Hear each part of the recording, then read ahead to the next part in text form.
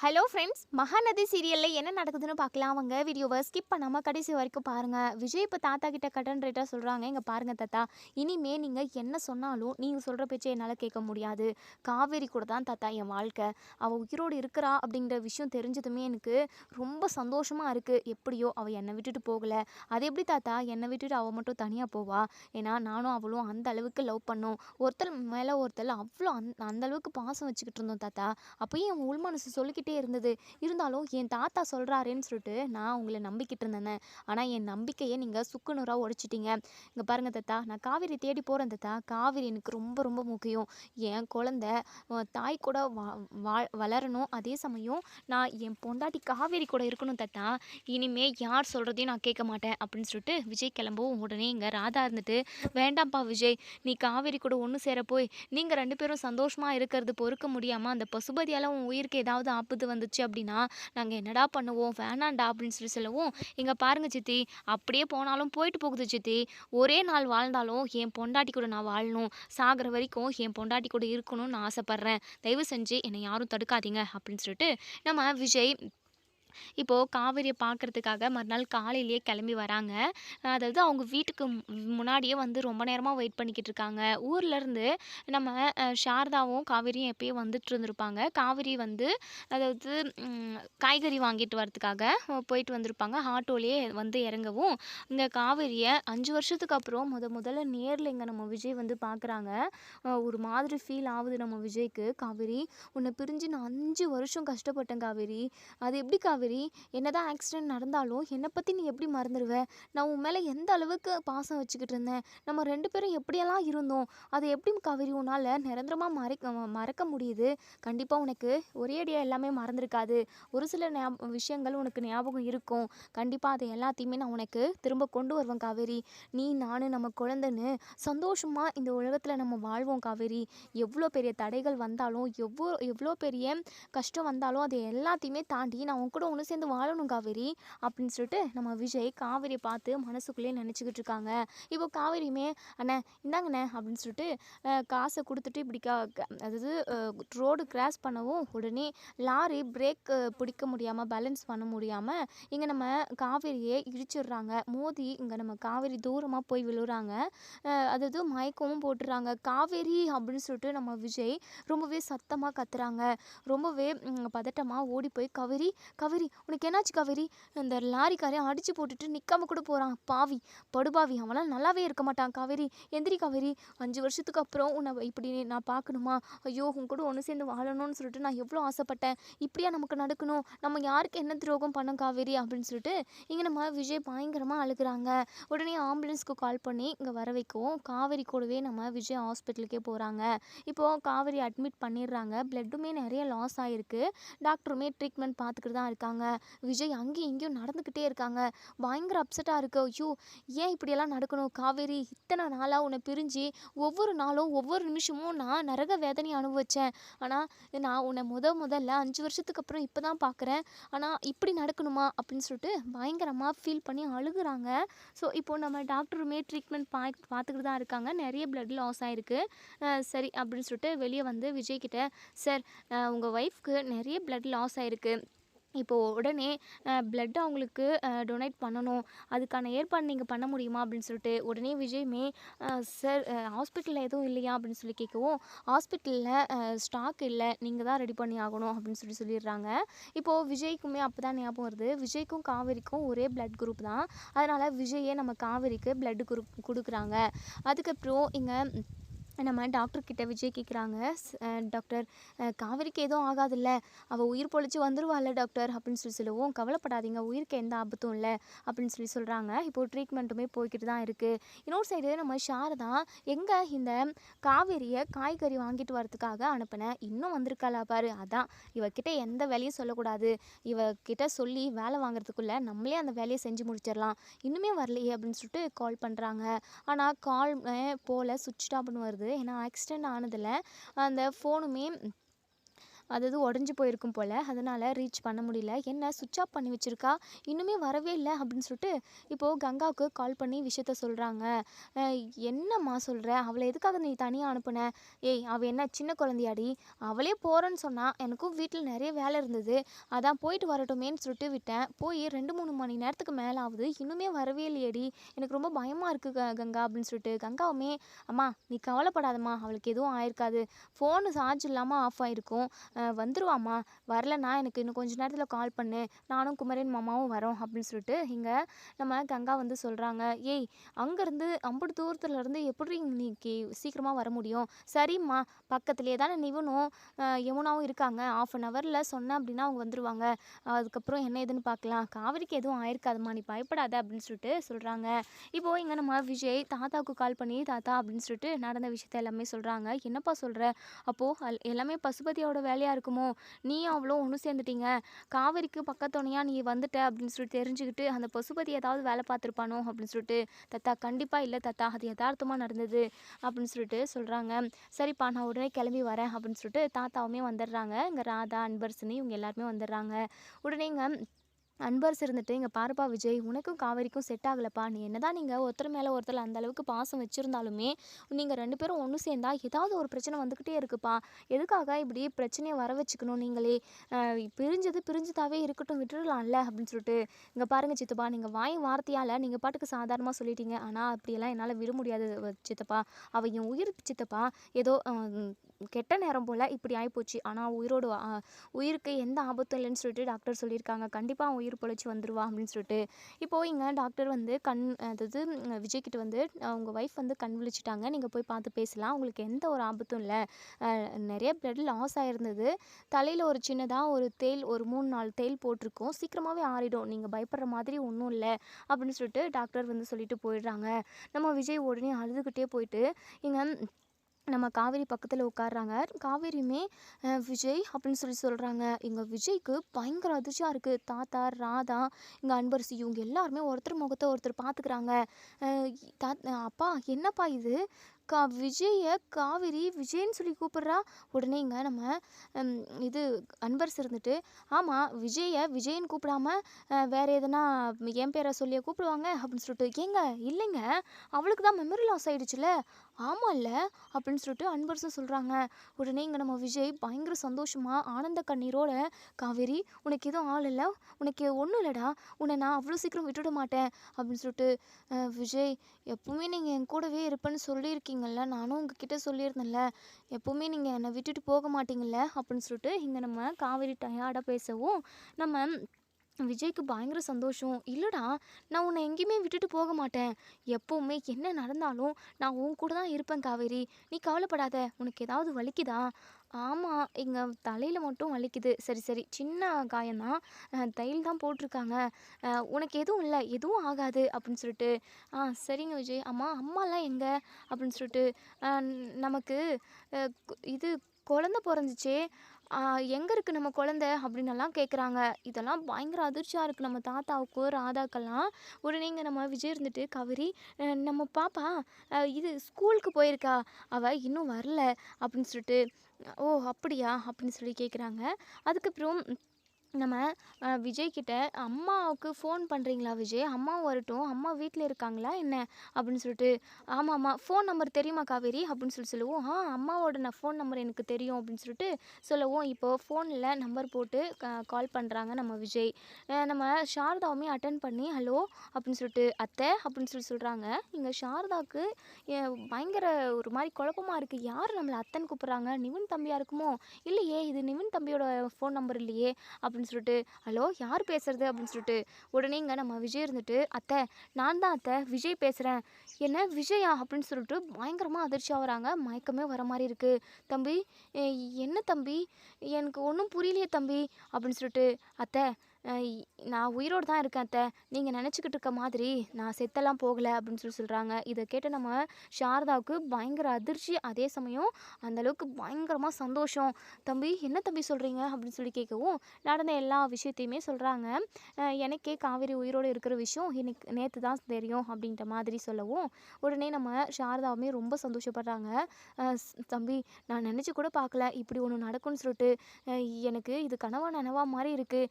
தம்பி காவேரி எங்கே போனானே தெரியல. இது காய் வாங்குறதுக்காக அனுப்புனேன், இன்னுமே வீட்டுக்கு வரல தம்பி அப்படின்னு சொல்லவும் அது வந்து அத்தை அப்படின்னு சொல்லிட்டு ஆக்சிடெண்ட் ஆன விஷயத்த சொல்கிறாங்க. தம்பி என்ன தம்பி சொல்கிறீங்க?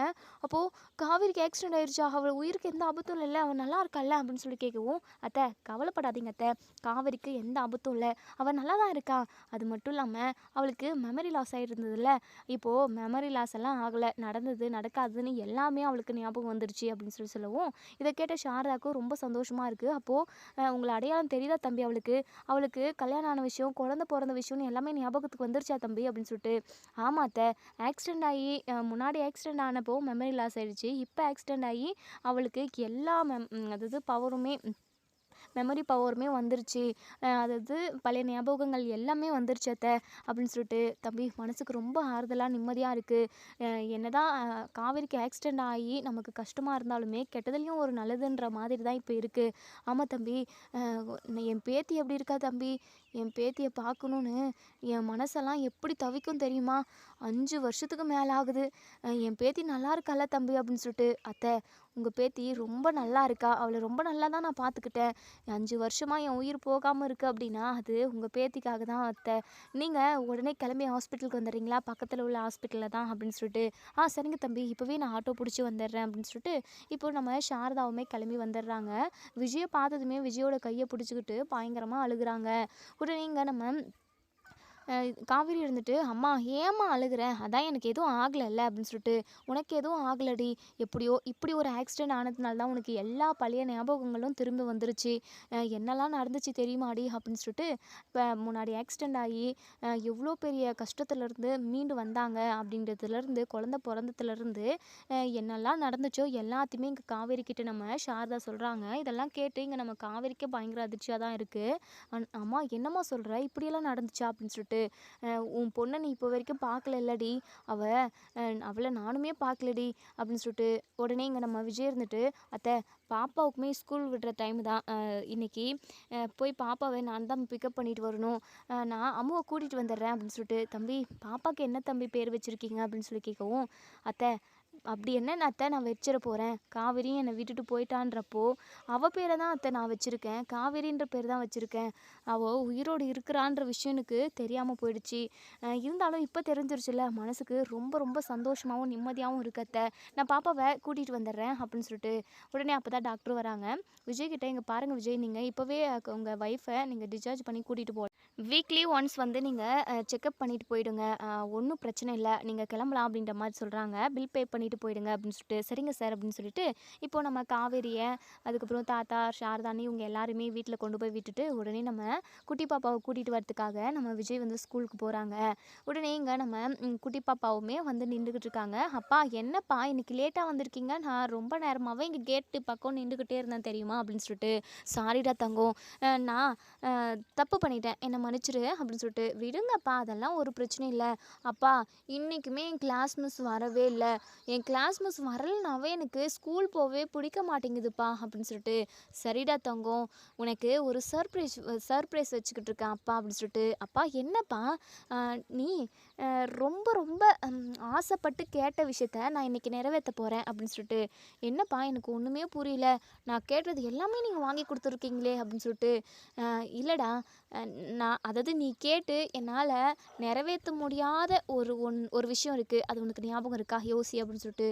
அப்பா டக்குன்னு எனக்கு எதுவும் யோசனைக்கு வர மாட்டேங்குதுப்பா, நீங்களே என்னன்னு சொல்லிடுங்களேன் ப்ளீஸ் அப்படின்னு சொல்லுவோம். உடனே நம்ம விஜய் இருந்துட்டு, என்னமோ இப்போ நான் சொல்லிட்டேன் அப்படின்னா அது சர்ப்ரைஸ் ஆகுமா, அப்படியெல்லாம் சொல்ல முடியாது, வீட்டுக்கு போகலாம் வா, வீட்டுக்கு போனதுக்கப்புறம் நீ பயங்கர குஷியாகிடுவ அப்படின்னு சொல்லிட்டு. உன் கிளாஸ் மிஸ்ஸை விட உனக்கு ரொம்ப ரொம்ப பிடிக்கும் அப்படின்னு சொல்லிட்டு. அப்போது என்னை பார்க்குறதுக்காக யாரோ ஒரு பர்சன் வந்திருக்காங்க, ஆனால் யாருன்னு நீங்கள் சொல்ல மாட்டேங்கிறீங்களே அப்படின்னு சொல்லிட்டு. உடனேங்க நம்ம விஜய் இருந்துட்டு இங்கே பாரம்மோ நீயே கெஸ் பண்ணுறதா தான் பண்ணு, அப்படி இல்லைன்னா நீ வந்து வீட்டான தான் பார்க்கணும் அப்படின்னு சொல்கிறாங்க.